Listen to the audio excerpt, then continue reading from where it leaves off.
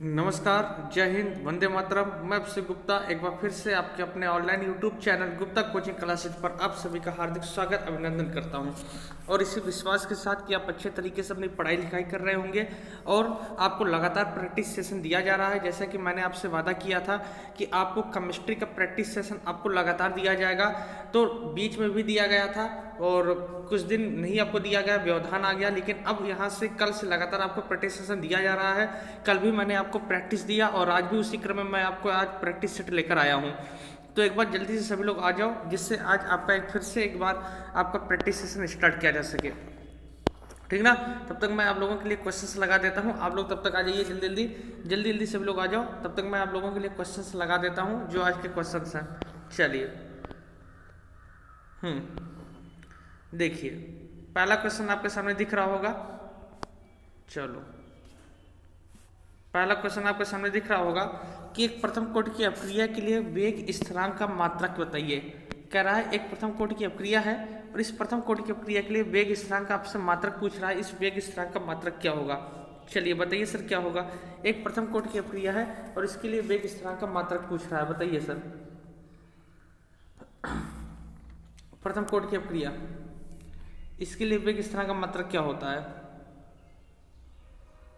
तो देखिए, मैंने आपको बताया था कि जो शून्य कोटि की अपक्रिया होता है उसके लिए मात्रक होता है मोल प्रति लीटर प्रति समय, और जो प्रथम कोटि की अपक्रिया होता है उसके लिए जो मात्रक होता है वो क्या होता है बताइए? समय इनवर्स यानी सेकंड इनवर्स होता है। तो इस क्वेश्चन के लिए इसका जो राइट आंसर हो जाएगा वो क्या होगा? वो ऑप्शन नंबर थर्ड यानी क्या, सेकंड इनवर्स क्या हो जाएगा? वो राइट आंसर हो जाएगा, ठीक ना। चलिए आइए, यही तो होता है।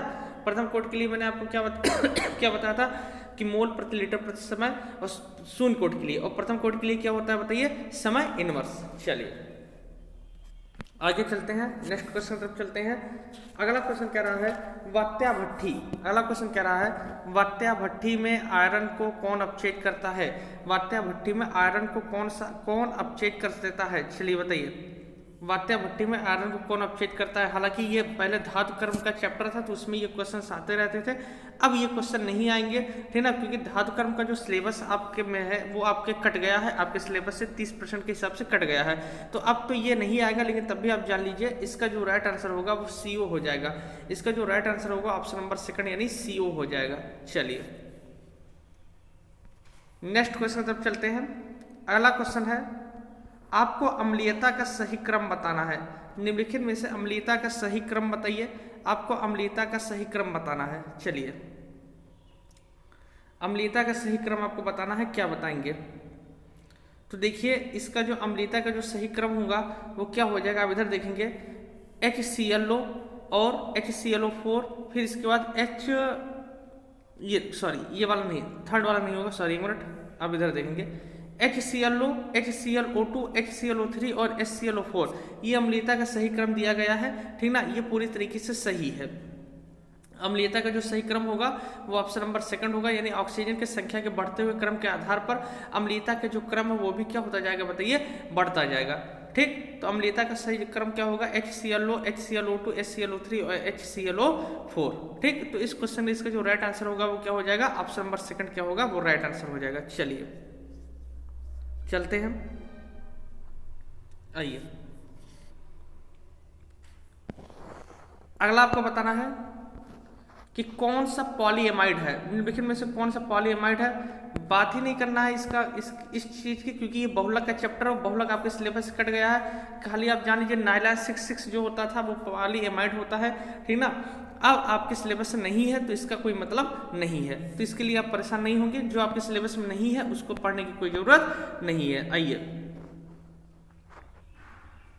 चलिए, फिर कह रहा है किसके जलीय विलयन का क्वथनांक सर्वाधिक होता है? ऐसा कौन सा जलीय विलयन है जिसका क्वथनांक क्या होता है बताइए? सर्वाधिक होता है। किसके जलीय विलयन का क्वथनांक सर्वाधिक होता है? 1% ग्लूकोज, 1% सुक्रोज, 1% NaCl, 1% CaCl2। बताइए क्या होगा इसका राइट आंसर?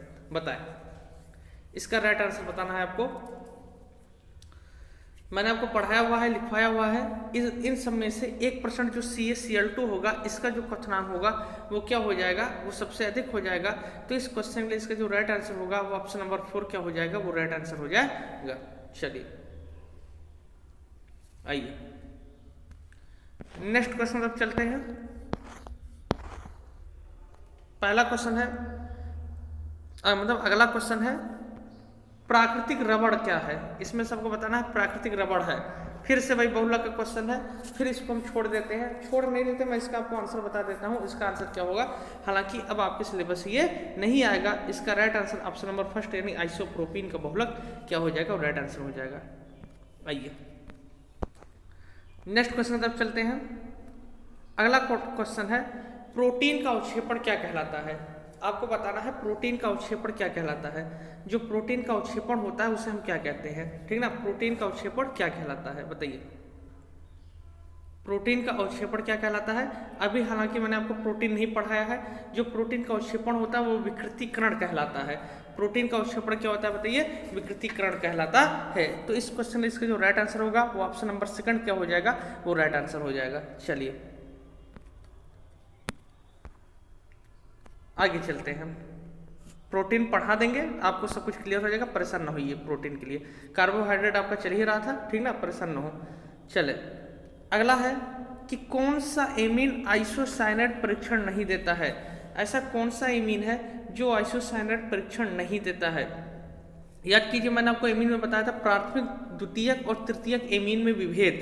और मैंने आपको बताया था जो द्वितीयक एमीन होता है वो आइसोसाइनेट परीक्षण नहीं देता है। और द्वितीयक एमीन का सूत्र क्या होता है मेरे बच्चों, तो वो सूत्र होता है R2NH। द्वितीयक एमीन का सूत्र क्या होता है बताइए, R2NH होता है। तो यहाँ पे देखिए ये R2 है, ये NH है, यानी ऑप्शन नंबर थर्ड जो हो जाएगा वो राइट आंसर हो जाएगा।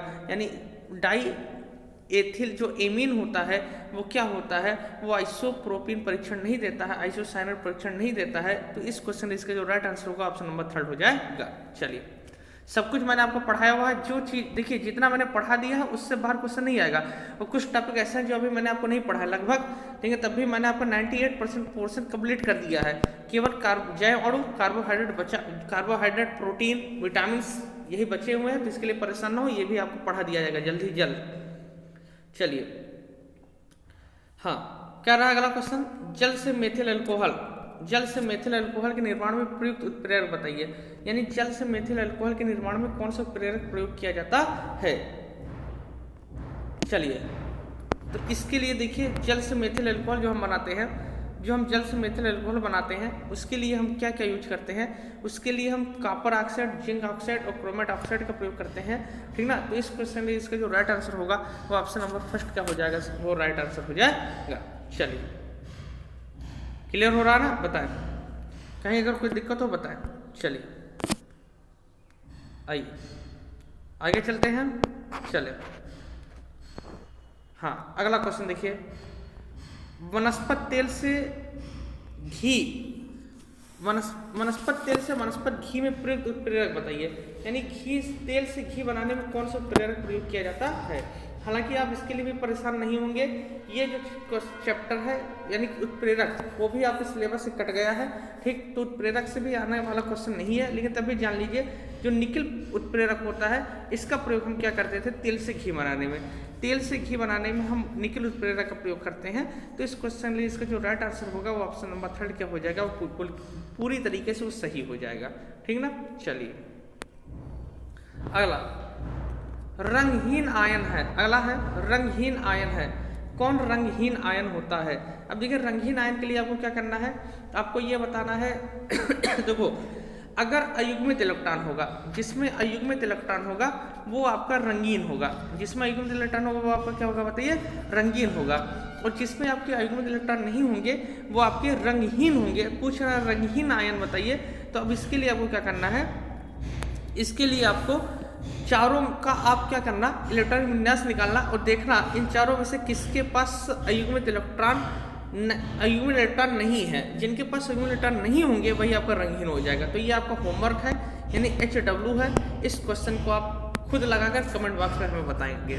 चलिए आप स्क्रीनशॉट ले लीजिए इस क्वेश्चन का, इस क्वेश्चन का आप स्क्रीनशॉट ले लीजिए, लिख लीजिए, इस क्वेश्चन को आप बताएंगे खुद। चलिए आइए आगे चलते हैं। चलिए अगला क्वेश्चन है यूरिया के एक जलीय विलयन की मोललता। यूरिया का एक जलीय विलयन है जिसकी मोललता इतनी है। यूरिया का मोल प्रभाव आपको बताना है। ठीक ना। इस क्वेश्चन को भी आप स्क्रीनशॉट लीजिए, इस क्वेश्चन को भी आप लगाकर बताइएगा। मैंने क्वेश्चन लगवाया हुआ है इसका, इस क्वेश्चन को भी आप लगाइएगा। चलिए, इस क्वेश्चन का भी आप स्क्रीनशॉट लीजिए और इस क्वेश्चन को भी आप लगाकर इसका आंसर हमें कमेंट बॉक्स में बताइएगा। ये भी आपके लिए एक होमवर्क है, HW है। चलिए, ये क्वेश्चन भी आप लगाएंगे गा वाला, ठीक ना। चलिए आगे चलते हैं। अगला क्वेश्चन है, नायलॉन 6 बहुलक का निर्माण किस एकलक अणुओं के बहुलकन से होता है? नायलॉन 6, कोई दिक्कत नहीं है, फालतू टाइम नहीं वेस्ट करेंगे इस पे, आना ही नहीं है। ऑप्शन पहला इसका सही हो जाएगा, कैप्रोलैक्टम होता है, ठीक ना। जब आने नहीं है कोई मतलब नहीं, छोड़िए इसको। चलिए अगले क्वेश्चन की तरफ चलते हैं। चलिए, अभिक्रिया की कोटि बताना है, ठीक ना। Na+NB, Na+MB, इसका जो वेग है वो Ka⁴ B⁴ है। आपको अभिक्रिया की कोटि बताना है, अभिक्रिया की कोटि क्या होगी, ठीक ना। तो आप देखिए, जब भी आप कोटि निकालते हो, जैसे अगर मान लीजिए आपके सामने आ जाए Ka⁴ और B⁴, तो आप कोटि निकालने के लिए क्या करते थे, दोनों को जोड़ देते थे। दोनों को क्या करते थे बताइए, जोड़ देते थे और कहते थे सर प्रथम कोटि की अपक्रिया है। इस तरीके से आप करते थे। तो यहाँ पे देखिए, यहाँ पे A⁴n लिखा है, B⁴m लिखा है, तो यानी N+m, दोनों को जोड़ दीजिए तो N+m हो गया कि नहीं हो गया। तो इस क्वेश्चन के लिए इसका जो राइट आंसर होगा वो क्या हो जाएगा बताइए, ऑप्शन नंबर सेकंड जो होगा वो पूरी तरीके से सही आंसर होगा, यानी N+m क्या होगा, इस क्वेश्चन का राइट आंसर हो जाएगा। चलिए, क्लियर हो रहा ना। देखिए, मेहनत किया जा रहा है आपके लिए, जितना हमसे हो पा रहा है मैं कर रहा हूँ आपके लिए। आपको ऑफलाइन में लगभग मैंने सिलेबस आपका कंप्लीट कर दिया है, ऑनलाइन प्रैक्टिस आपकी लगातार मिल ही रही है, ठीक ना। तो अच्छे से बस देखते रहिए, पढ़ते रहिए, अच्छे से नंबर लेकर आइए। तो भाई वीडियो को सब लोग लाइक भी कर दीजिए भाई, जो लोग देख रहे हैं वीडियो को लाइक कर दें और कमेंट भी कर दीजिए, ठीक ना। आपको अगर अच्छा लगेगा तो अपना फीडबैक जरूर दीजिएगा, क्योंकि आपका कमेंट ही हमारे लिए एनर्जी का काम करता है। तो अगर आपको अच्छा लगेगा तो एक बार कमेंट भी आप कीजिएगा। चलिए, फिर से देखिए एक क्वेश्चन वही आ गया, ठीक ना, वनस्पति तेल घी वाला, ये मैंने आपको पढ़ाई है, कोई मतलब नहीं है इसका। चलिए आगे चलते हैं। द्रव एरोसॉल है, आपको बताना है इसमें से कौन द्रव एरोसॉल है, बताएं कौन द्रव एरोसॉल है। देखिए, जो आपका फेनिट क्रीम होता है वो आपका द्रव एरोसॉल होता है। तो इस क्वेश्चन में इसका जो राइट आंसर होगा वो ऑप्शन नंबर फर्स्ट क्या हो जाएगा सर, वो राइट आंसर हो जाएगा। चलिए आइए, वीडियो को लाइक भी करते हुए चलेंगे भैया, और एक बार कमेंट करते हुए कर दीजिएगा। चलिए, अगला है क्रायोलाइट अयस्क बताना है।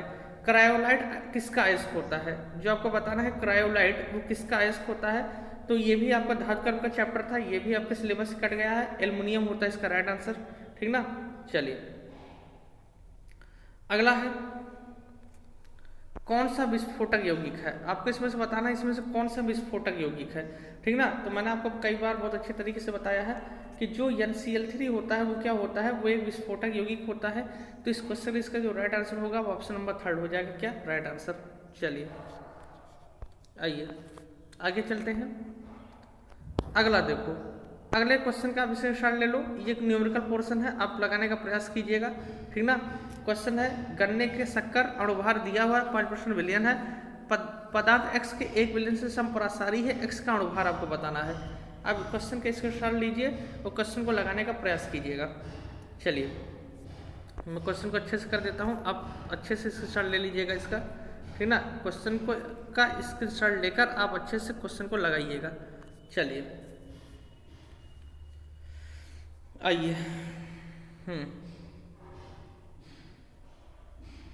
चलिए वीडियो को लाइक बैक भी करते चलेंगे, ठीक ना।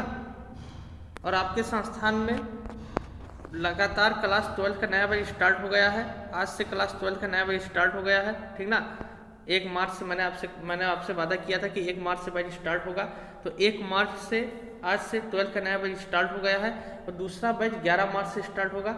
आपके जितने भी भाई बहन हो सबको बता दीजिए कि बैच स्टार्ट हो गया 12th केमिस्ट्री का, ठीक ना। मोबाइल नंबर है, जो भी आपके भाई बहन हो सबको बता दीजिएगा, या जो संपर्क करना चाहते हैं वो इस नंबर पर संपर्क कर सकते हैं, ठीक ना। आइए चलिए, अगला क्वेश्चन है, वह अभिकर्मक जिसके साथ एल्डिहाइड और एसीटोन दोनों आसानी से क्रिया करते हैं क्या कहलाता है? यानी कौन सा ऐसा विकर्मक है जिसके साथ एल्डिहाइड और एसीटोन यानी कीटोन दोनों आसानी से क्रिया करते हैं, वो क्या कहलाता है, वो कौन सा विकर्मक होता है? चलिए बताइए। तो उससे हम कहते हैं, बहुत ही सिंपल सा आंसर है, उसे हम कहते हैं फेलिंग विलेन। उसे हम क्या कहते हैं बताइए? उसे हम फेलिंग विलेन कहते हैं। कौन सा विलेन कहते हैं बताइए? उन्हें हम फेलिंग विलेन कहते हैं। चलिए, और एक क्वेश्चन ये है, एक क्वेश्चन है 11.7 ग्राम NaCl को 500 ml जल में घुला गया, विलेन की मोलालता आपको बतानी है। इस क्वेश्चन के स्क्रीनशॉट लेकर आप इसका आंसर हमें बताइएगा। हमने आपको 3 होमवर्क दिया है और तीनों होमवर्क आप हमको भेजिएगा आंसर, ठीक ना। एक बार सभी लोग वीडियो को लाइक कर देंगे और प्लीज़ एक बार आप लोग कमेंट जरूर किया करिए कि आपको कैसा लगा सेशन, ठीक ना। आप लोग कमेंट जरूर किया करिए कि आपको ये सेशन कैसा लगा। जो मेहनत हम आपके लिए कर रहे हैं, आप अपना फीडबैक हमको जरूर दीजिएगा, क्योंकि यही फीडबैक से हमें एक पॉजिटिव एनर्जी मिलती है। चलिए ठीक, तो आज यहीं तक रखते हैं प्रैक्टिस सेशन। फिर मिलेंगे एक नई ऊर्जा के साथ, एक नए उत्साह के साथ। तब तक के लिए हंसते रहिए, खेलते रहिए, मुस्कुराते रहिए। बहुत बहुत धन्यवाद।